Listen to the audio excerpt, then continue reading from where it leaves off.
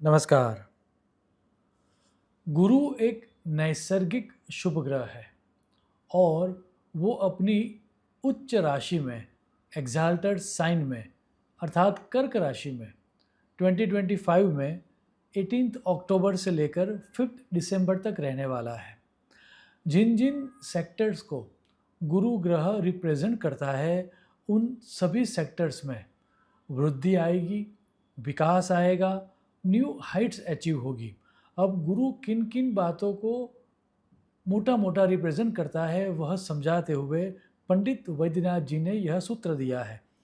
प्रज्ञा वित्त शरीर पुष्टि तनय ज्ञानानि वागीश्वरात।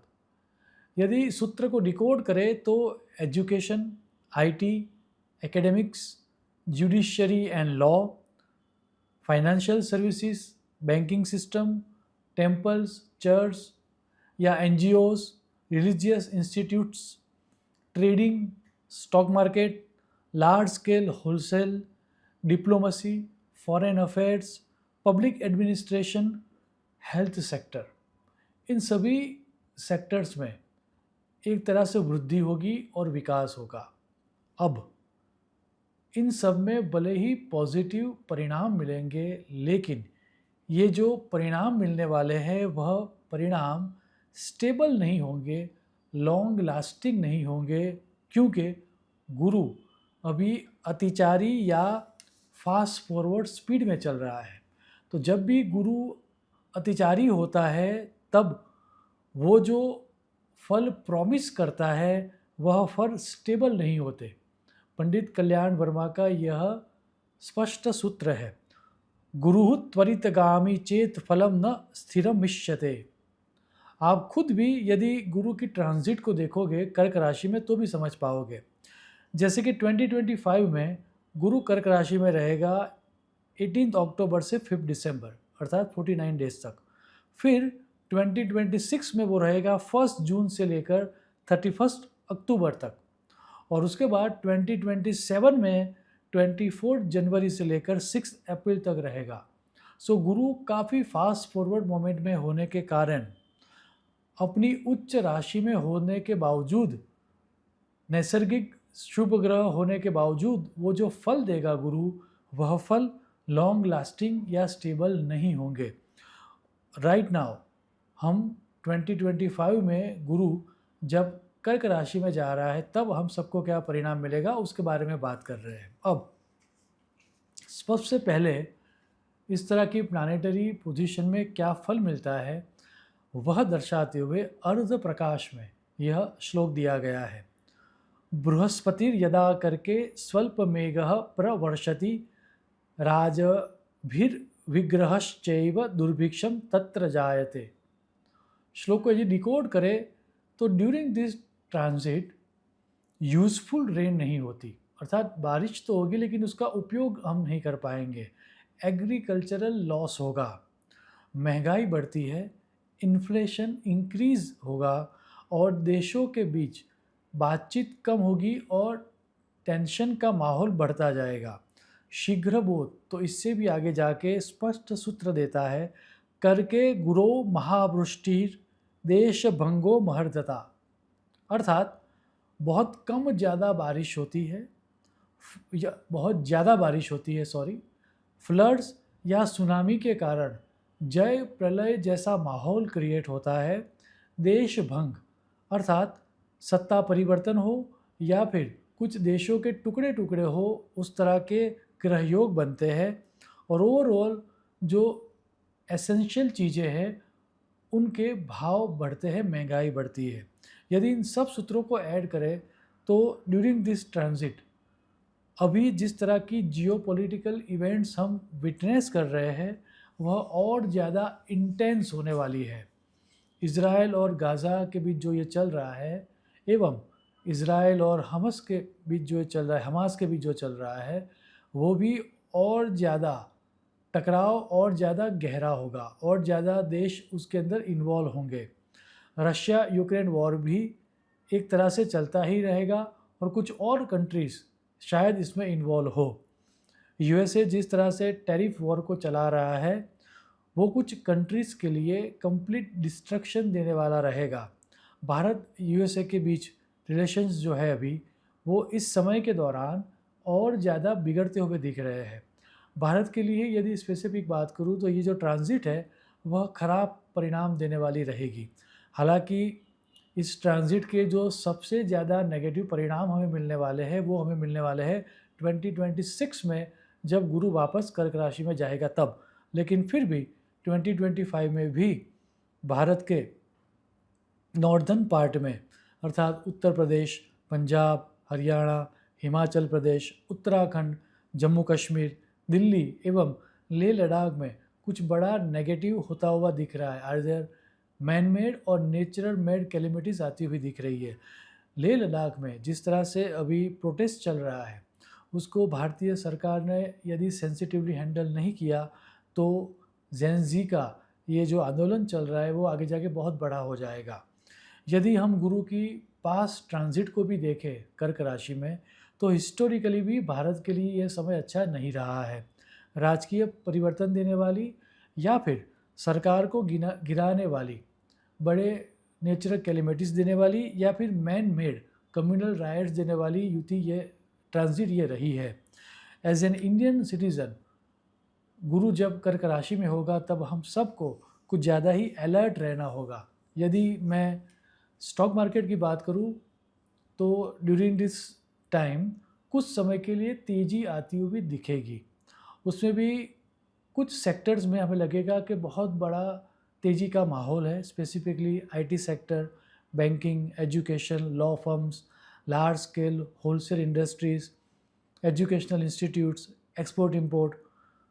लेकिन ये जो तेज़ी दिख रही है वह लंबी नहीं टिकने वाली। कुछ ही समय के बाद बहुत बड़ी मंदी आती हुई दिख रही है। तो यदि आप इस समय के दौरान कोई लंबी पोजीशन लेने की सोच रहे हो तो आप मत लेना। गोल्ड के लिए यह समय बहुत ही अच्छा रहेगा और गोल्ड नई heights as the day passes जाता ही रहेगा। सिल्वर के लिए थोड़ा सावधान होकर ट्रेड करने का समय है क्योंकि सिल्वर में थोड़ा करेक्शन आ सकता है। आइए अब आखिर में हमारी 12 राशियों को क्या परिणाम मिलेगा वो भी संक्षिप्त में देखते हैं। याद रहे यहाँ पर जो 12 राशियों का फलादेश दिया गया है वह आपके जन्म के समय आपका चंद्रमा जिस राशि में है उसके बारे में बात की गई है। ट्रॉपिकल साइन की यहाँ पर बात नहीं की गई है, न ही आपके जन्म लग्न की बात की गई है। फर्स्ट हम बात करते हैं मेष राशि के लिए। प्रॉपर्टी के लिए ये समय बहुत ही अच्छा रहेगा। शायद आप एक नई प्रॉपर्टी खरीदोगे या नया व्हीकल भी आप खरीद सकते हो।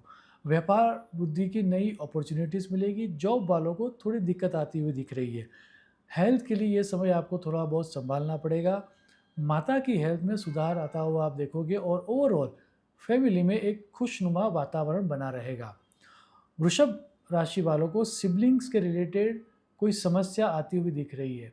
आपकी भाई या बहन के साथ आपके मतभेद हो और वो ज़्यादा सरफेस पर आए वह दिख रहा है। इनहेरिटेंस को लेकर कुछ गलतफहमियां बढ़े वैसे स्पष्ट ग्रह योग है। स्मॉल जर्नी करने से लाभ होगा।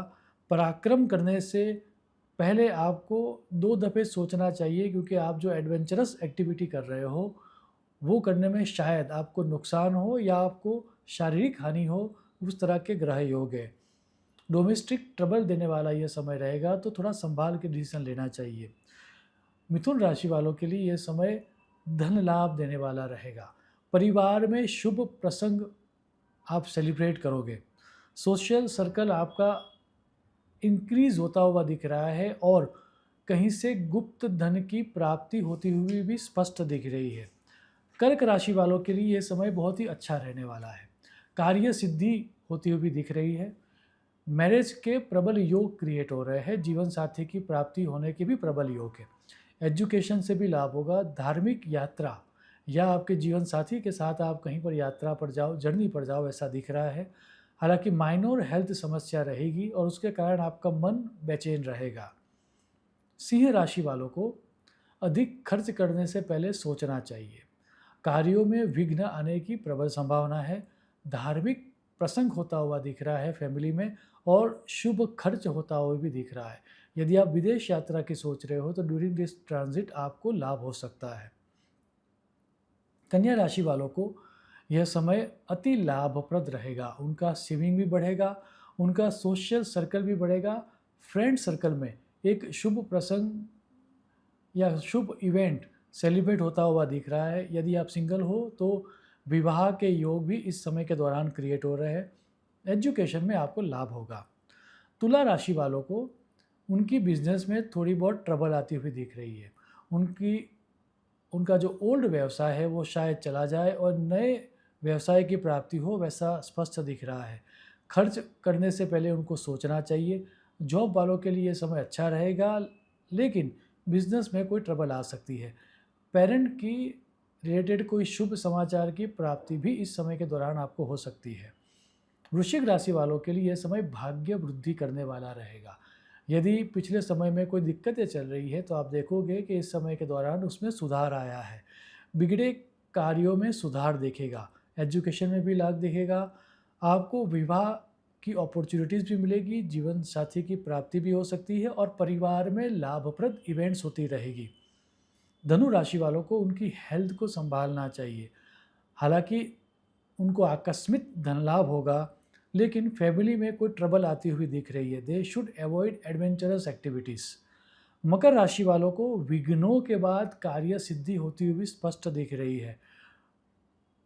मैरिज लाइफ में थोड़ी बहुत ट्रबल आती हुई दिख रही है। धन लाभ होगा और सिबलिंग्स रिलेटेड कोई शुभ समाचार की प्राप्ति भी होगी। फ्रेंड सर्कल भी उनका इंक्रीज होता हुआ दिख रहा है। कुंभ राशि वालों को उनकी हेल्थ में सुधार आएगा। हालांकि खर्च ज़्यादा होने के कारण उनके सेविंग पे थोड़ा बहुत मार पड़ेगा। जॉब वालों के लिए समय अच्छा है। बिजनेस वालों के लिए थोड़ा बहुत मीडियम समय रहेगा। फैमिली डिस्प्यूट्स सरफेस पर आएंगे और हो सके तो ड्यूरिंग दिस टाइम आपको एडवेंचरस एक्टिविटी से दूर रहना चाहिए। मीन राशि वालों के लिए ये समय बहुत ही अच्छा रहेगा। एजुकेशन से उनको लाभ होगा। विवाह की अपॉर्चुनिटी मिलेगी। लव लाइफ उनकी सुधरेगी। धर्म का भी लाभ होगा। फ्रेंड सर्कल उनका इंक्रीज होगा। एक तरह से इच्छा पूर्ति करने वाला यह समय रहेगा। अंत में यह ट्रांजिट हम सब के जीवन में सुख, शांति और समृद्धि लाए, ऐसी ईश्वर को प्रार्थना करके मेरी वाणी को मैं विराम दूंगा। शुभम भवतु। प्रणाम।